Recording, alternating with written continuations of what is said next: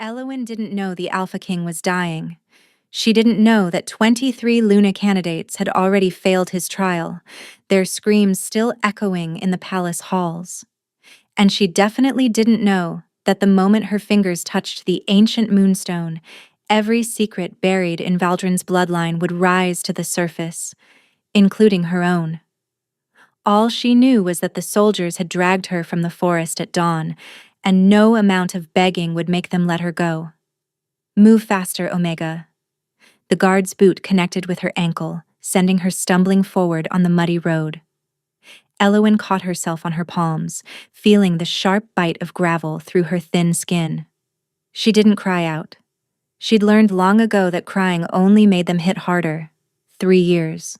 3 years since Declan had stood before their entire pack and spoken the words that ended her life. I, Declan of Ashford, reject you, Elowen, as my mate and Luna. You are nothing. You will always be nothing.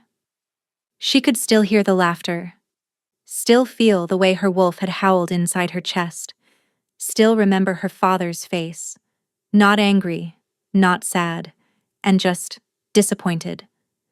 They'd cast her out that same night. No belongings, no provisions, just the clothes on her back and a mark on her neck where Declan's rejection had scarred her skin. Now she lived in the ruins of an old healer's cottage at the edge of the Blackwood forest, surviving on foraged herbs and the occasional kindness of travelers. It wasn't a life, it was an existence, but it was hers. Until today. Why are you taking me? Elowen asked, her voice hoarse. I've done nothing wrong. I'm no one. The lead guard, a thick-necked man with a scar bisecting his left eyebrow, glanced back with amusement. Every Omega in the Outer Territories is being brought to Valdrin. King's orders. For what? The Luna trials. Elowen's blood turned to ice. Even in her isolation, she'd heard the rumors. The Alpha King searching for a mate. The ancient moonstone that tested each candidate's soul. The screams that echoed from the palace when another woman failed. I can't be a Luna candidate, she said. I'm rejected. I'm cursed. The guard's smile widened. That's exactly why Lady Seraphine wants you there. You're going to be an example, little Omega. A demonstration of what the moonstone does to those who don't belong. They wanted her to fail publicly. Proof that rejected Omegas deserve their fate. Elowen's wolf, dormant for so long she'd almost forgotten its presence, stirred somewhere deep in her chest. Not with fear. With something that felt almost like defiance. The capital city of Valdrin rose from the mountains like a crown of iron and stone. Towers pierced the gray sky, their windows glinting like watchful eyes. Citizens stopped to stare as the guards marched her through, whispers following in her wake. Another one for the trial. Look at that mark. She's been rejected. Poor thing won't last 10 seconds. The palace gates opened into a courtyard filled with nobles in silks, warriors in ceremonial armor, and at the center of it all, raised on a dais of black marble, sat the moonstone. It was smaller than she'd imagined. No larger than a human heart, its surface swirling with colors that shouldn't exist. Silver and shadow, starlight and storm. Even from 20 feet away, Elowen could feel its power pulsing against her skin. The Omega from Blackwood, the scarred guard announced, shoving her forward. As requested, Lady Seraphine. A woman stepped from the crowd. Lady Seraphine was beautiful in the way poisoned flowers were beautiful. Pale skin, dark hair swept into an elaborate arrangement, and eyes the color of frozen amber. Ah yes, the rejected one. Seraphine's gaze traveled over Elowen with clinical distaste. Perfect. We'll save her for last. For the next 3 hours, Elowen watched women approach the moonstone. Nobles with impeccable bloodlines, warriors with evident strength. A healer renowned across 3 territories. None of it mattered. The first candidate collapsed screaming, her hands blistered. The second began speaking in tongues before guards dragged her away. The third simply stopped breathing, her hand still on the stone. 23 before today. 3 more now. all failed. Perhaps, a voice said from behind the dais, we should reconsider this approach. The crowd parted and Elowen's lungs seized. She'd never seen the Alpha King before, but she knew him instantly. The way prey knew predator. Theron of Valderin stood 6.5 feet tall, broad-shouldered and lean-hipped, with dark hair past his collar and eyes the color of molten gold. Power radiated from him in waves, but beneath the power, Elowen saw something else. Shadows under his eyes, a pallor beneath his bronze skin, a slight tremor in his left hand. The Alpha King was sick. Dying, maybe. And trying very hard not to let anyone see. The trials will continue, Seraphine said smoothly. We simply haven't found the right candidate yet. The Moonstone has killed 26 women in 2 months.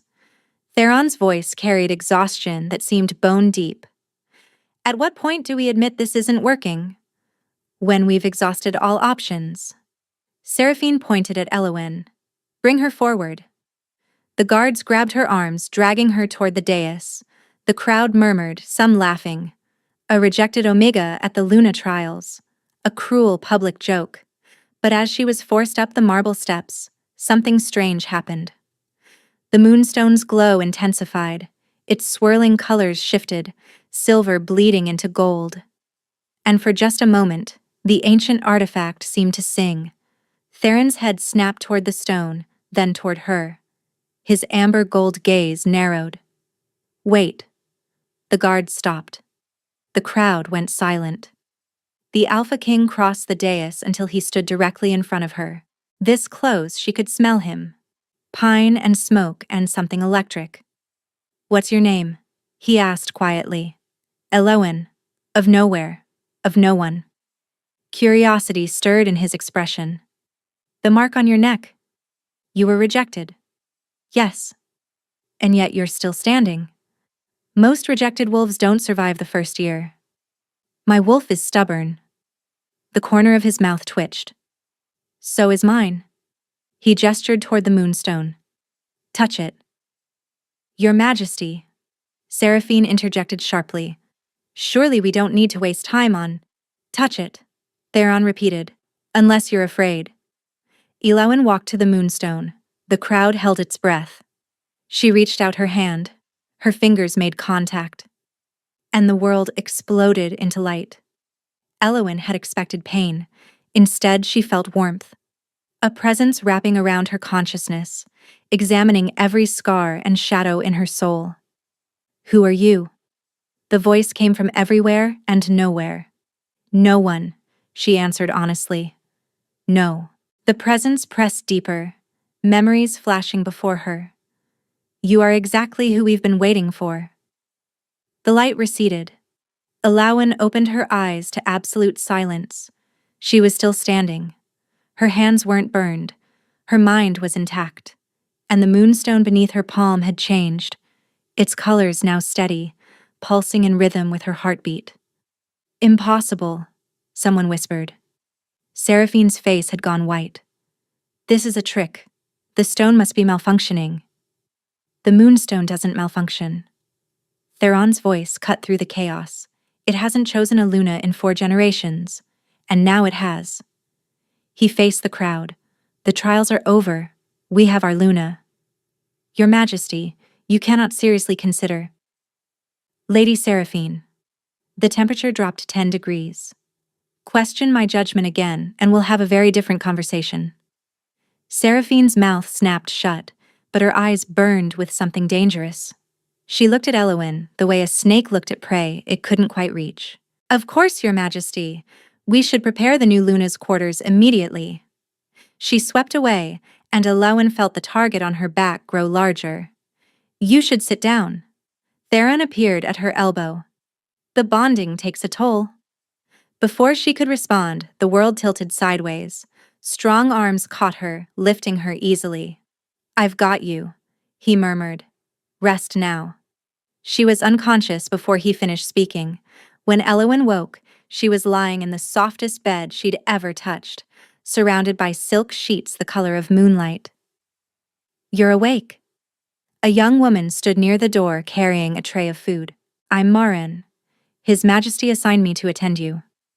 She set down the tray. He said to tell you that you're safe here. Where is he? In council meetings. The nobles aren't happy about the Moonstone's choice. Marin's expression tightened with worry. Some are demanding a second trial. Can they do that? No. The Moonstone's judgment is absolute. Marin poured tea. You should eat, my lady. My lady. The words felt foreign. What happens now? Ilawan asked quietly. The Moonstone chose me, but the king doesn't know me. I'm a rejected Omega with nothing. He asked about you. While you were unconscious. Marin's eyes held knowing warmth. He came by 4 times. Stood in that doorway for 10 minutes the last time, just watching you breathe. She smiled. I've served here 12 years. I've never seen His Majesty look at anyone the way he looked at you. Theron came the next morning, just as dawn painted the sky. You should be resting, he said from the doorway, still dressed in formal attire from council meetings. So should you. His eyebrows rose. Most people don't talk to me like that. Most people are afraid of you. And you're not? I've survived worse than you. For a long moment, Theron stared. Then he laughed, surprised and genuine. You're not what I expected, he admitted. Neither are you. I expected a tyrant. She studied him. Instead, I find a man who visits unconscious strangers 4 times in one night. The laughter faded. Marin talks too much. Marin cares about you. So does everyone here. She stepped closer. You're not the monster the outer territories believe. So why let them think it? His jaw tightened. What did the Moonstone show you? It asked who I was. I said no one. She paused. It said I was exactly who it had been waiting for. Neither do I understand it. Theron moved to the window. The Moonstone has judged my bloodline for 12 generations. It's never chosen an outsider. Does that frighten you? He was silent for a long moment.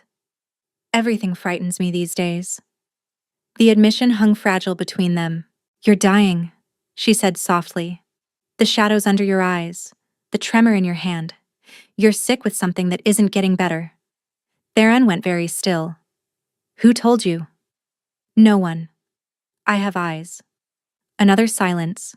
Then, it's a curse, placed on my bloodline 2 centuries ago, dormant for generations but activated when I took the throne.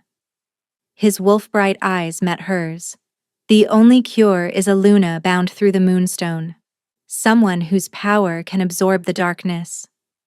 26 women died because you were trying to survive. I was killing innocent people. They chose to try. Did they? His voice cracked. When the Alpha King asks for candidates, who says no? Elowen reached out, her fingers closing around his wrist. Heat flared between them. That recognition from the courtyard. Something ancient clicking into place. The Moonstone chose me, she said firmly. Whatever curse is killing you, maybe I'm the one who can end it. Let me try. You don't owe me anything. I know. But you asked. Not demanded. Asked. Vulnerability broke through his guarded expression. He turned his hand beneath hers, their palms pressing together, and Elowen felt the curse for the first time, cold and oily, coiled around his heart. Her wolf surged forward, and the darkness recoiled. The next 5 days fell into a rhythm. Mornings, she trained with Corvin, the king's personal guard. You're Luna now, Corvin had said bluntly, pressing a practice blade into her hands. People will try to kill you. Best learn how to stop them. Afternoons, she studied with Marin. Palace protocols, noble bloodlines, political alliances. Her head ached with names and histories, but she absorbed it all. Evenings belonged to Theron. He came to her chambers each night as the sun set, sometimes to talk, sometimes simply to sit in comfortable silence. He told her about his childhood, about parents lost to the same curse now killing him, about his sister Lysara, who'd withdrawn into grief. Lysara was 14 when they died. Theron said on the third evening. I was 19, too young to rule, too old to fall apart. So I locked everything away and became what the kingdom needed. Maybe you should unlock it, Elowen said quietly. The kingdom needs a king, but perhaps it also needs a man. His eyes found hers in the firelight. Is that what you see? A man? I see both. The king carrying his people's survival, and the man underneath, exhausted and lonely and terrified he's running out of time. You see too much. You let me see it. The fourth evening, he took her to the Moonstone Chamber. When my ancestors first settled Valdrin, the Moonstone was already here, Theron said, circling the pedestal. Buried in the mountain, waiting. They built the palace around it. But it spoke to me. It did more than speak. He crossed the distance between them. When your wolf pushed back against the curse, the Moonstone's light doubled. The darkness actually retreated. His voice dropped. You're connected to it somehow. To the stone, to me. I don't understand how, but you want to find out. I need to find out. He stopped close enough that she could feel his body heat. Elowen, I know this isn't fair. You were dragged here against your will, expected to fail. Instead, you became the only thing standing between me and death. Is that why you come to my chambers every evening? Because I'm useful? No. The word was immediate.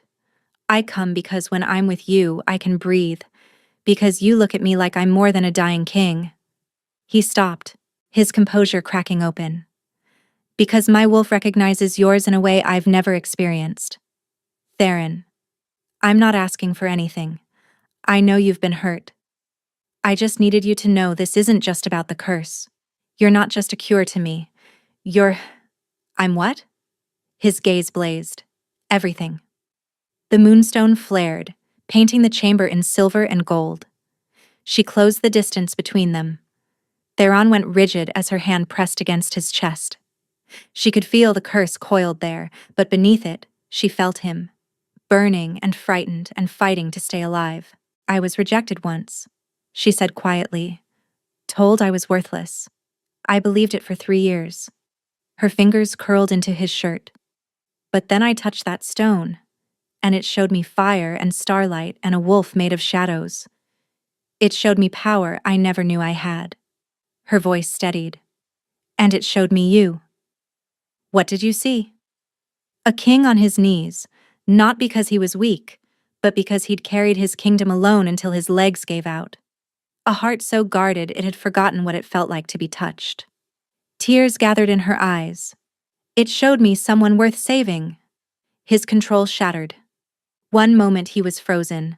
The next, his mouth descended on hers like a drowning man reaching for air. The kiss was desperate and gentle. His lips soft, his fingers trembling against her skin. Elowen's wolf howled in triumph as she pressed closer, arms winding around his neck. Heat flooded through her. The bond snapped fully into place. She felt his emotions crash into her. Fear, hope, desire. And beneath it all, a love so raw it stole her breath. When they broke apart, Theron pressed his forehead to hers. Tell me to stop. Tell me this is too fast. I don't want you to stop. His laugh was ragged. You're going to destroy me. Maybe, but I'll put you back together after. They stood in the moonstone's glow until twilight, wrapped around each other. There's something you should know, Theron said finally. Seraphine isn't just unhappy. She's dangerous. She's been positioning herself for years. For what? To take control. If I die without a Luna, the throne passes to Lysara. But Lysara is broken, easy to manipulate. His jaw tightened. Seraphine would rule through her. You think she's been sabotaging the trials? 26 women dying in 2 months isn't coincidence. Cold understanding washed through Elowen. That's why she brought me here. Because she thought I'd die like the others. Yes, but you didn't. And now you're the one thing standing between Seraphine and everything she wants. Then we stop her, Elowen said firmly. The gold in his gaze softened. You're magnificent. Remember that when I inevitably make your counsel apoplectic. Outside the chamber, footsteps echoed. Corvin's voice, tight with urgency. Your Majesty, we have a problem. The door burst open. Corvin's scarred face was grim. Lady Seraphine has called an emergency council session. She claims the Omega used dark magic to deceive the Moonstone. The council chamber was a cavern of polished obsidian designed to intimidate. 12 nobles sat in a semicircle, their faces carved from contempt.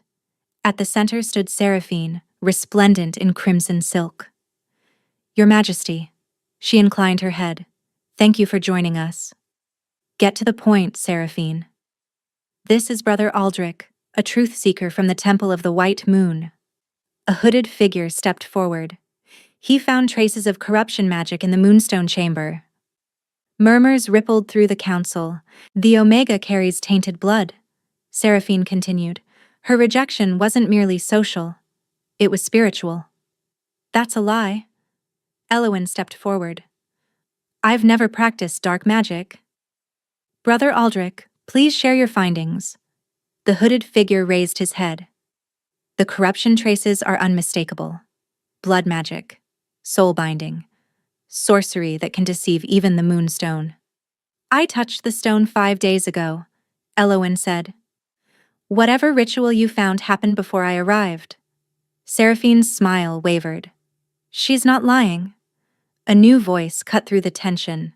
Every head turned toward a young woman at the side entrance, painfully thin, dark hair lank, but eyes burning gold like Theron's. Lysara. Theron's voice cracked.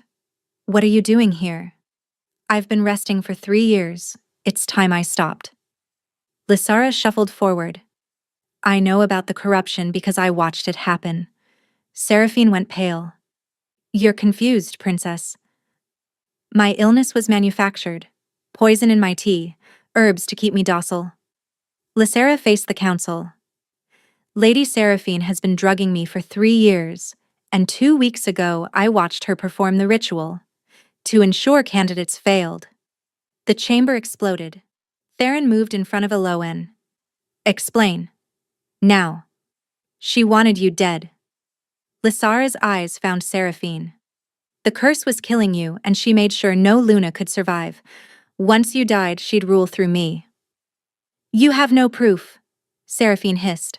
Lysara withdrew a small vial of dark liquid. The poison she's been feeding me, tested by healers who aren't on her payroll. Seraphine's composure shattered.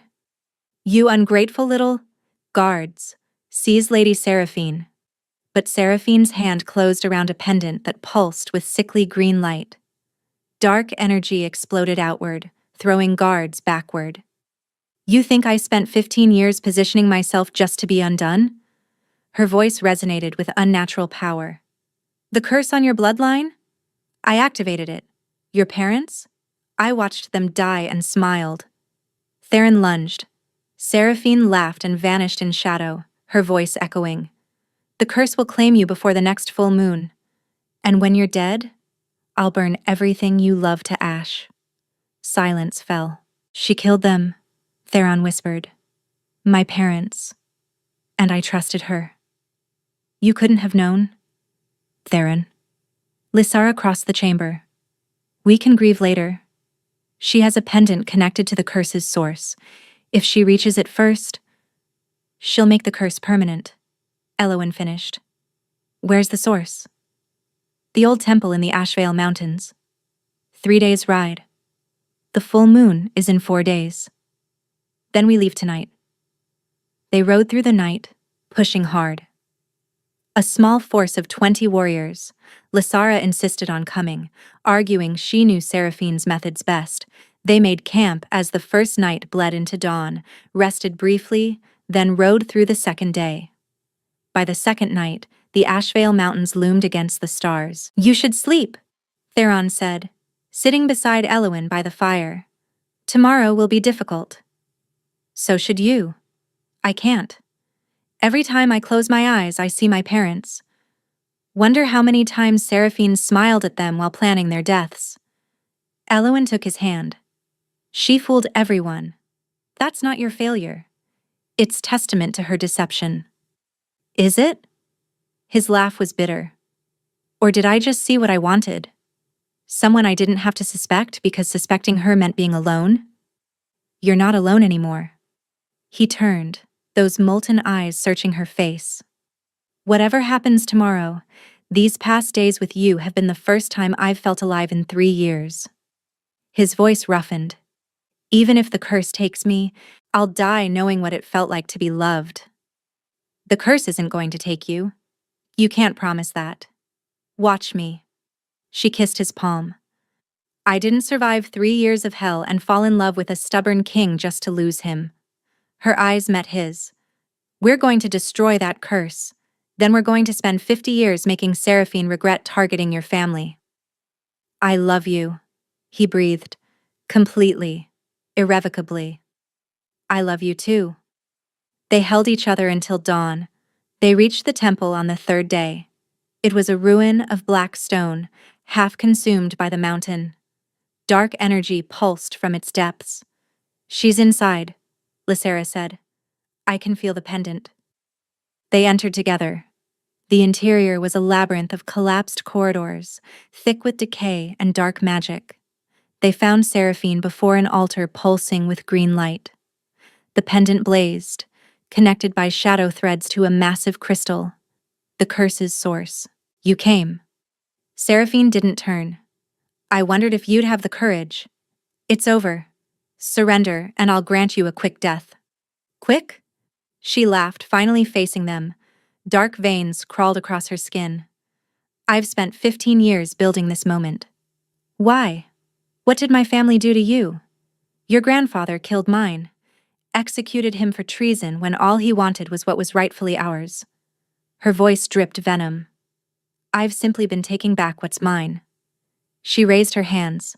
Shadows surged into blades. Theron shifted. His wolf form massive and black, eyes burning like suns. But Seraphine was ready. Dark chains erupted from the floor, dragging him down. He howled as the curse flared, black veins spreading across his fur. Did you really think you could beat me? Hey! Seraphine spun. Elowin stood before the altar, palm pressed against the curse crystal, silver light blazing from her hand. You forgot something. The moonstone chose me for a reason.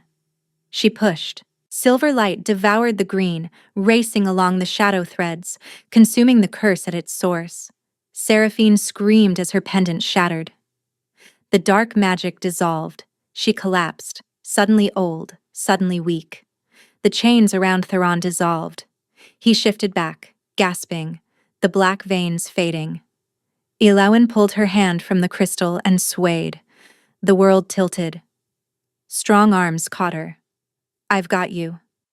Theron's voice was rough with emotion. It's over. You did it.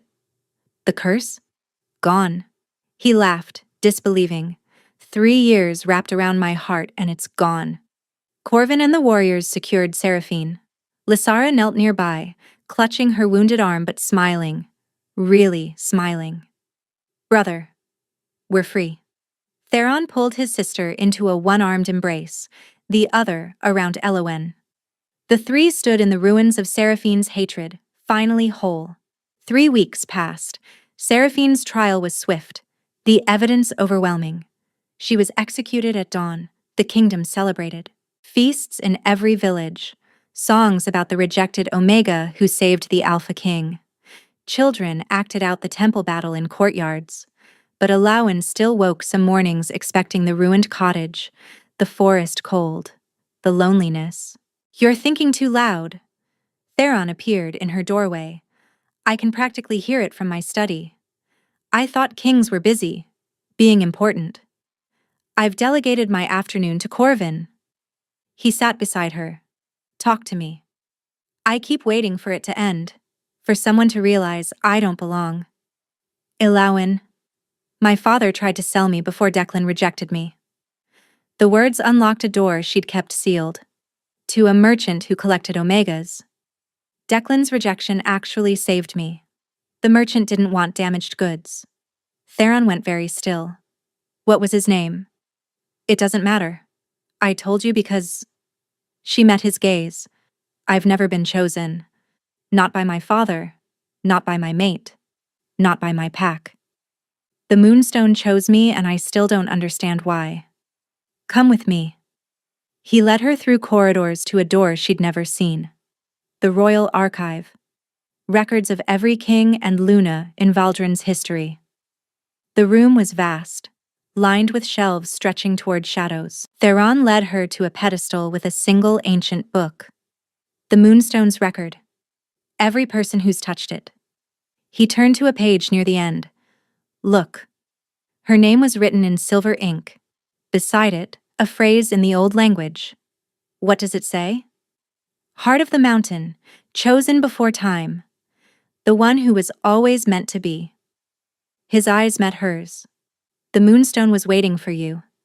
Generations of candidates, and it refused them all because none were you. Her lungs forgot how to work. You weren't an accident, he said. You've always belonged here, and I'll spend every day making sure you believe it. Tears fell freely now. Not sad. Release. I love you, she whispered. I love you too. He kissed her forehead, her cheeks, and her tears. Stay with me. Not because the Moonstone chose you. Stay because you want to. Is that an order? It's a request. From a man who doesn't know how to live without you. She answered with a kiss that left them both breathless. When they broke apart, Theron pressed his forehead to hers. I want to do this properly. Court you.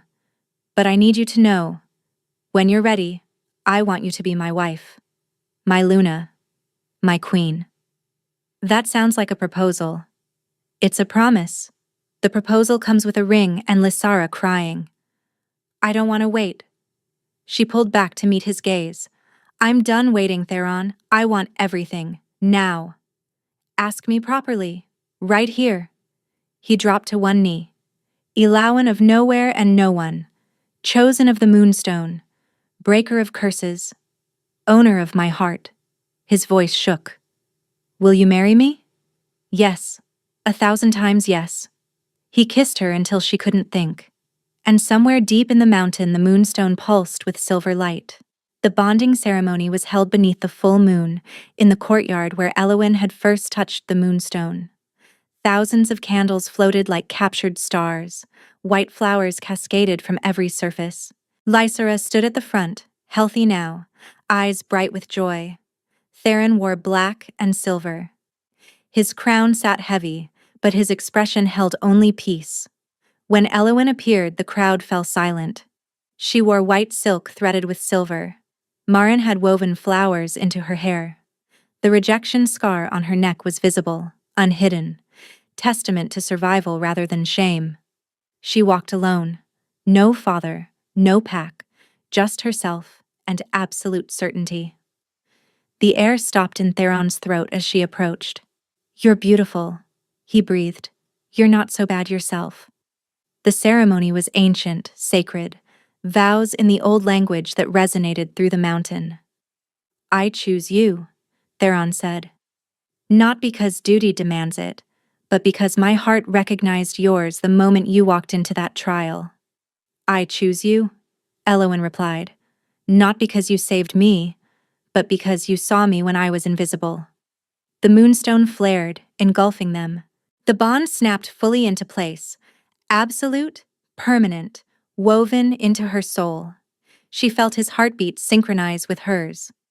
By the power of the Moonstone, Lysara announced, I pronounce you bound, king and Luna, husband and wife, now and forever. Theron kissed her before Lysara finished. The crowd erupted. Mine, he murmured. Yours, and you're mine. Forever. Later they lay tangled together, moonlight streaming through windows. Tell me something I don't know, Elowyn said. I almost didn't go to the trials that day. Corvin practically dragged me there. His arm tightened. Said I needed to witness the consequences of my desperation. Remind me to thank him. Already did. Gave him a promotion. He cried. She laughed. Your turn. Do you regret it? Any of it? She thought about Declan's cruelty, Her father's betrayal. The years of hunger. No. Every terrible thing led me here. To you. She lifted her head. I'd live through all of it again. His expression softened beyond love, wonder, reverence. You didn't just save my life. You gave me a reason to want it. She kissed him, slow and sweet. He pulled her closer. Outside, the moon continued its journey. The kingdom slept, safe and whole. Elowen thought about the woman she'd been. Starving, invisible, waiting to disappear. That woman was gone. Replaced by a Luna, a queen, a wife. Someone who'd touched an artifact that killed 26 others and emerged transformed. She'd walked into those trials expecting to fail. Instead, she'd become proof that the most broken things could still be chosen. Every Luna candidate had failed the Alpha King's trial. Then the rejected Omega walked in, and everything changed. Where are you listening from? I'd love to meet you in the comments. And if you enjoyed this story, subscribing is free and helps more people discover these tales.